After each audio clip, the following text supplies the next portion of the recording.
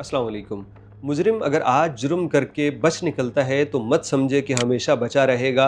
आखिरत में तो जो हमारे साथ होना है वो तो तय है, लेकिन दुनिया में भी आखिरकार जालिम की रस्सी को एक दफ़ा झटका तो मिलता है और जालिम पकड़ा जाता है। एक कत्ल का केस 45 साल बाद सॉल्व कर दिया गया है, और किसकी बदौलत? जो हमारे पास जदीद टेक्नोलॉजी है वो, और दूसरा अनथक मेहनत और दयानतदारी और इखलास जो महकमों में काम करने वाले लोगों के अंदर हो। दुबई से आपको बतला रहे हैं भाई साहब, 45 साल के बाद कत्ल का एक वाक़या हल हो चुका है, कातिल का पता चल गया।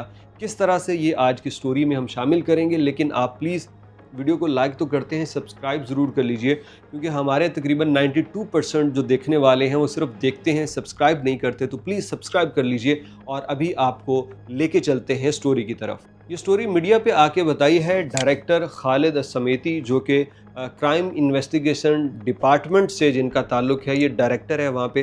तो खालिद अस्समेती इसके मुतालिक बतलाते हैं कि 80 की दिहाई के शुरू में एक बंदे का कत्ल हो गया जो गैर मुल्की था और एक बिल्डिंग में चौकीदारी के काम कर रहा था।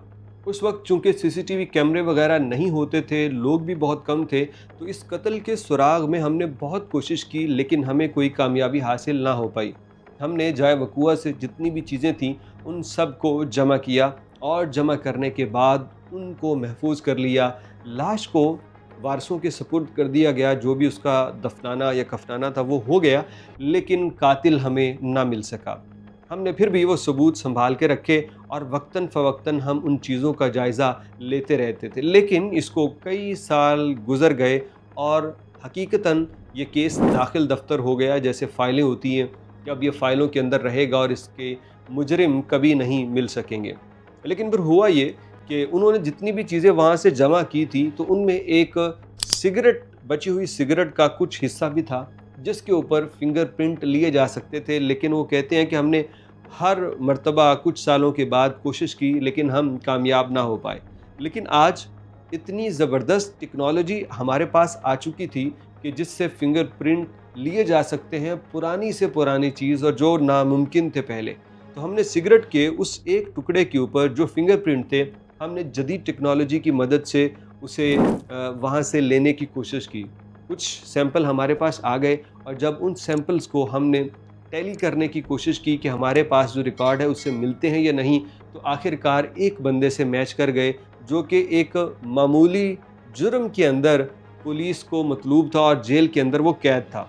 तो इसको एक मामूली जुर्म की सज़ा मिल रही थी, लेकिन जैसे ही वो डाटा उससे मैच करता है तो फौरी तौर पे तहकीक की गई, उससे इन्वेस्टिगेशन की गई कि इतने साल पहले तुमने एक बंदे को यहाँ पे क्यों कत्ल किया गया था। तो वो बंदा बात मान जाता है, एतराफ़ किया अपने जुर्म का, और बतलाया कि हमारा कोई किसी बात पे झगड़ा था जिसकी वजह से मैंने उस शख्स को मार डाला। देखिए कितना एक 45 साल का वक्फ़ा है, और जिसके अंदर अब इसको भूल चुका होगा शायद कि मैंने किसी इंसान का कत्ल किया है और ये ज़िंदगी जी रहा होगा। लेकिन दुबई का जो कानून है ना, ये बहुत ही शानदार है कि उसके अंदर इतने साल गुजर जाने के बावजूद उस केस को छोड़ा नहीं गया, बल्कि उसके मुतालिक कोई ना कोई तहकीकात और काम चल ही रहा था, और आखिरकार सिगरेट के एक टुकड़े की वजह से कातिल का सुराग मिल गया। ये दयानतदारी से पॉसिबल होता है। फ़र्ज़ कीजिए अगर इसका आज के दौर में, अगर किसी थर्ड वर्ल्ड कंट्री में, ऐसे कंट्रीज़ जहाँ पे करप्शन बहुत ज़्यादा है, वहाँ पे फिंगरप्रिंट भी हो, स्कैनिंग, कैमरे, हर एक चीज़ हो, लेकिन तफ्तीश करने वाले के अंदर अगर ख़यानत हो, वही दयानतदार ना रहे, तो फिर कातिल छूट जाते हैं, क्योंकि वो उनसे रिश्वत ले लेता है। तो ये टेक्नोलॉजी सारी चीज़ें बजा, लेकिन दयानतदारी, और अरब मुल्कों में ये एक यूएई वाले और दूसरे सऊदी वाले, आप इनके अंदर बहुत सारे वेरिएंट देखेंगे, लेकिन अपने मुल्क के साथ ये ऐसे मुखलिस हैं, अपनी रियासत के साथ ये ऐसे मुखलिस हैं कि वो इखलास जो है ना, वो आपको मोटिवेट करता है कि बंदे को अपने मुल्क, अपनी रियासत के साथ ऐसे ही मुखलिस और वफ़ादार और जार निसार होना चाहिए। तो खैर 45 साल के बाद कत्ल का ये मुअम्मा बिल आखिर हल हुआ।